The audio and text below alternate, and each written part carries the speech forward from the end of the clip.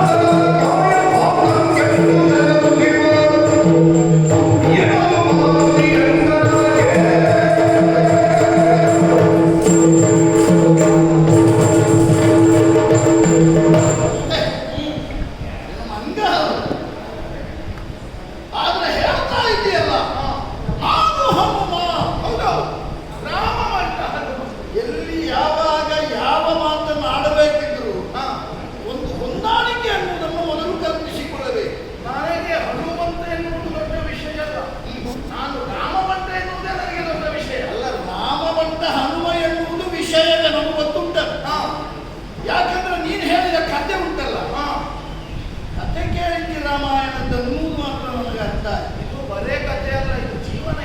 ಇದು ನಿನ್ನ ಜೀವನ ಅಲ್ಲ, ನಿನ್ನ ಜೀವನ ಅಲ್ಲ ಅಂತ ಹೇಳುವುದಕ್ಕೆ ಕಾರಣ ಹನುಮ ಅಂದರೆ ಯಾರು? ಏನು ರಾಮಾಯಣ ಅಲ್ಪ ಸ್ವಲ್ಪ ಓದಿದ್ದು ಅಂತ ತಿಳ್ಕೊಂಡಿದ್ದೀನಿ, ಮತ್ತೆ ಸಂಪೂರ್ಣ ರಾಮಾಯಣವನ್ನು ನಾನು ಅರಿತುಕೊಂಡನು. ಹೌದೇ ಅದು. ರಾಮಾಯಣದಲ್ಲಿ ಹನುಮನ ಪಾತ್ರ ಎಂತದ್ದು? ಈಗ ನಿಮಗೆ ರಾಮಾಯಣ ಸಂಪೂರ್ಣ ಗೊತ್ತುಂಟು. ಹೌದು, ಗೊತ್ತಿದ್ದ ನೀನು ಓದಲೆಲ್ಲ ರಾಮಾಯಣ ಮಾಡುವುದಿಲ್ಲಲ್ಲ. ಓದಲ್ಲೆಲ್ಲ ರಾಮಾಯಣ ಮಾಡಿದ ಸುದ್ದಿಯೇ ಇಲ್ಲ ನನಗೆ. ಆದರೆ ರಾಮಾಯಣ ಎಷ್ಟು ಬೇಕು ಅಷ್ಟೇ.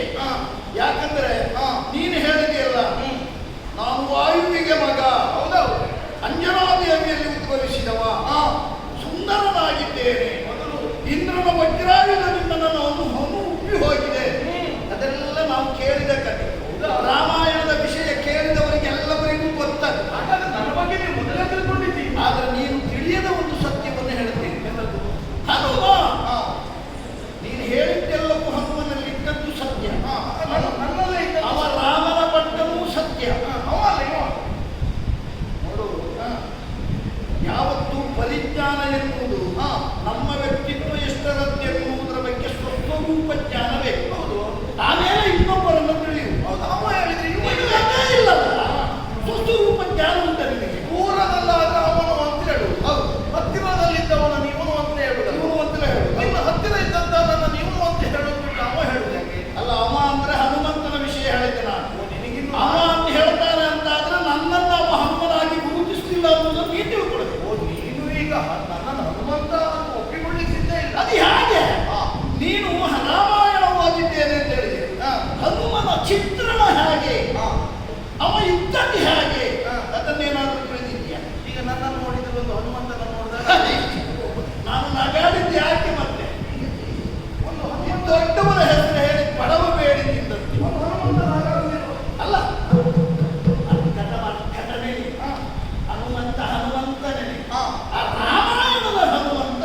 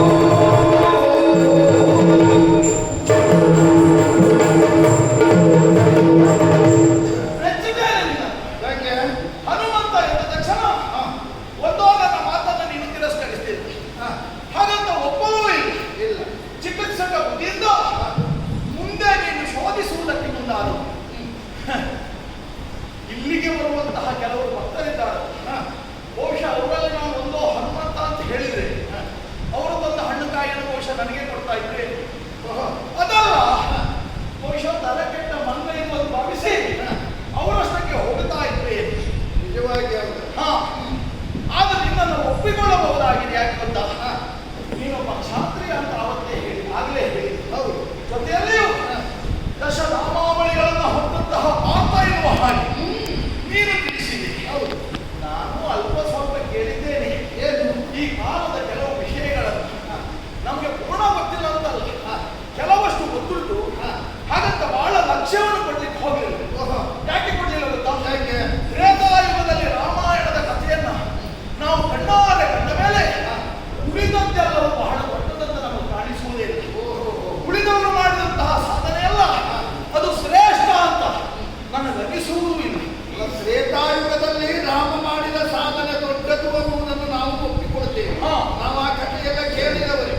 ಹಾಗಂತ ಈಗಿನವರು ಮಾಡಿದ ಸಾಧನೆ ಎನ್ನುವುದು ಕಡೆಗಣಿಸುವ ಹಾಗಂತೂ ಇಲ್ಲ. ಆದರೆ ಹಿಂದಿನವರ ಸಾಧನೆ ಅಷ್ಟು ದೊಡ್ಡದಲ್ಲ. ಈಗಿನವರು ಯಾರು ಎಂತದ್ದೇ ಅವರು ಈಗ ಮಾಡಿದ ಸಾಧನೆ ಅರ್ಥ ಮಾಡಿಕೊಳ್ಳುವುದಕ್ಕಾಗದ ನಿನ್ನಂತ ಮಂಗಗಳು ಈ ರೂಪದಲ್ಲಿ ಬದಲಾಯಿಸಿಕೊಂಡಿರುವುದು ಅದಕ್ಕೆ ಏನು ಹೇಳುವುದಕ್ಕಾಗುತ್ತಿಲ್ಲ. ಆಗಲ್ಲ ಆಗಲ್ಲ. ಈಗಿನವರದ್ದು ಸಾಧನೆ ಎಲ್ಲ ಹಿಂದಿನವರ ಸಾಧನೆ ಆದರ್ಶವೇ ಹಾಗೆ ಅಲ್ವಾ?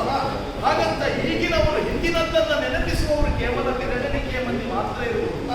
ಒಬ್ಬರ ಇಬ್ಬರು ಇದು ನಮ್ಮದು ಹಳೆ ಸಂಪ್ರದಾಯ ಅಂತ ಹೇಳಿದ್ರು. ಆಗಲಿ, ಇವತ್ತು ನೀನು ನೆನಪಿಸುವ ಹಾಗೆ ಇದೆಯಾ? ಯಾಕೆ ಗೊತ್ತಾ, ರಾಮನನ್ನ ಕಂಡ ಮೇಲೆ ನಿನ್ನನ್ನು ಕಾಣುವಾಗ ಒಮ್ಮೆ ನನಗೆ ರಾಮನ ನೆನಪಾದದ್ದು. ಹೌದಾ? ಇಂಥ ನಿನ್ನ ಮುಖದ ವರ್ಚಸ್ಸೆಂಬುದು ಒಮ್ಮೆ ರಾಮನನ್ನ ನಮಗೂ ನೆನಪು ಮಾಡಿ ಕೊಟ್ಟಿತ್ತು. ಈಗ ಬೇಡ ಅಲ್ಲ, ಬೀಗುವುದಕ್ಕೆ ನಿನ್ನನ್ನೇ ನಾನು ನಂಬದೇ ಇದ್ದವ ನೀನಾಡಿದ ಮಾತನ್ನೇ ಹಾಗೆ ನಾನು ಒಪ್ಪಿಕೊಳ್ಳುವುದ? ನೀನಿನ್ನು ಅಲ್ಲೇ ಇದೆಯಲ್ಲ. ಹೌದಾ?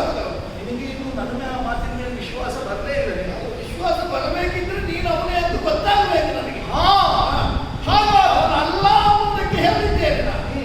ನೀನು ಅವನೇ ಆದ್ರೆ ನಿನ್ನ ಜೀವ ಈ ರೀತಿ ಕ್ಷೀಣಾವಸ್ಥೆಯನ್ನು ಹೊಂದುವುದಕ್ಕಾಗ ದೀರ್ಘದೇಹಿಯಾದಂತಹ ನಾನು ಈಗ ಕ್ಷೀಣಕಾಲದಲ್ಲಿ ಕ್ಷೀಣಬಲನ ಈಗ ಕ್ಷೀಣಬಲ ಆಗುವುದಕ್ಕೆ ಕಾರಣ ಏನು? ನೀನು ರಾಮಾಯಣ ಕ್ಷೀಣಬಲನಾದ ನೀನು ಕ್ಷೀಣ ಆಗದೆ ಆಗಿ ರಾಮಾಯಣ ಓದಿದಿ ಅಂತ ಹೇಳಿದೆಯಲ್ಲ. ಪಿತೃವಾಕ್ಯ ಪರಿಪಾಲನೆಗಾಗಿ ರಾಮಚಂದ್ರ ವನವಾಸವನ್ನು ಸೇರಿದ. ಸತಿ ಹಾಗೂ ಸಹೋದರನ ಜೊತೆಯಲ್ಲಿ ಪಂಚವಟಿಯಲ್ಲಿರುವಂತಹ ಹೊತ್ತಿನಲ್ಲಿ ರಾಮನ ಬದುಕಿನಲ್ಲಿ ದೊಡ್ಡ ದುರಂತತೆ ನೆಗೆದು ಹೋಯಿತು. ದುಷ್ಟನಾದಂತಹ ರಾವಣ ಸನ್ಯಾಸಿ ವೇಷವನ್ನು ಧರಿಸಿ ಬಂದ. ಪಂಚವಟಿಯಲ್ಲಿರುವಂತಹ ಸೀತೆಯನ್ನು ಅಪಹರಿಸಿಕೊಂಡು ಹೋದ.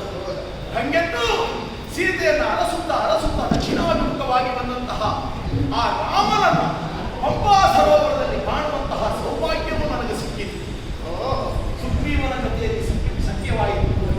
ಕಥೆ ಕೇಳಿಕೊಂಡೆ. ಈಗ ನಿಮಗೆ ದೃಶ್ಯ ನೋಡಿದರೆ ನಮಗೆ ನೀನು ಆ ಕಥೆಯಲ್ಲಿಯೋ ಕೇಳಿರಬೇಕು.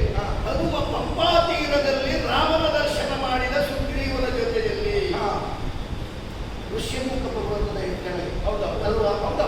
ಅಲ್ಲ, ನೀನು ಇಲ್ಲಿ ಈ ನದಿಯ ತಟದಲ್ಲಿ ಕುಳಿತು ನಾನು ಹೀಗೆ ಮಾಡಿದರೆ ಅಂದು ಪಂಪಾ ನದಿಯಲ್ಲಿ ಹನುಮಂತ ಕುಳಿತಿದ್ದವು ನನಗೆ ಇವ ಇದ್ದಾನೆ ಅಂತ ನಾನೇ ಹನುಮಂತನ ಬರಲಿ ಅಂತ ಮಾಡಿದೆ. ಈ ಕಥೆ ಹೇಳುವುದಕ್ಕೂ ಅನುಭವಿಸಿ ಆಡುವುದಕ್ಕೂ ವ್ಯತ್ಯಾಸ. ಕಥೆ ಹೇಳುವಾಗ ಭಾವ ಇರುವುದೇ, ಅನುಭವಿಸಿ ಹೇಳುವಾಗ ಭಾವ ಇರುತ್ತೆ. ನಿಜವಾಗಿ ನಾವು ಹಿಂದಿನದ್ದನ್ನು ಅನುಭವಿಸಿ ಹೋಗಿ ಈಗಲೂ ರಾಮನ ವಿಷಯವನ್ನು ಆಡುವಾಗ ಒಂದೆರಡು ಕಣ್ಣಿನಲ್ಲಿ ನೀರು ಸುರಿಯುತ್ತದೆ. ನಿಜವಾಗಿ ನನ್ನ ಭಾವ ನೋಡಿದರೆ ಅನುಭವಿಸಿದವರೇ ಹೇಳಿದ ಹಾಗಿದೆ. ಕೆಲವೊಂದು ಸಂದರ್ಭ ನಾವು ಹಾಗೆ ಪ್ರತ್ಯಕ್ಷವಾಗಿ ಅನುಭವಿಸದೇ ಇದ್ದರು ಕಥೆ ಹೇಳುವಾಗ ಅನುಭವಿಸಿ ಹೇಳಬೇಕು. ಹೌದಾ? ಮತ್ತವರು ಅದನ್ನು ಅನುಭವಿಸಿ ಬಂದಿದ್ದಾರೆ ಅಂತ ಅಲ್ಲ. ಅದಕ್ಕೆ ಕೆಲವರು ಭಾವ ಕೆಲವರು ಮಾಡುವುದು ಪಾತ್ರವಾಗಿರ್ತದೆ. ಇನ್ನು ಕೆಲವರು ಹಾಗಲ್ಲ, ಅನುಭವಿಸಿಯೇ ಪಾತ್ರದೊಳಗೆ ಹೋಗಿ ಮಾಡುವುದು. ನೀನದು ಇದು ಮಾತ್ರ ಖಂಡಿತ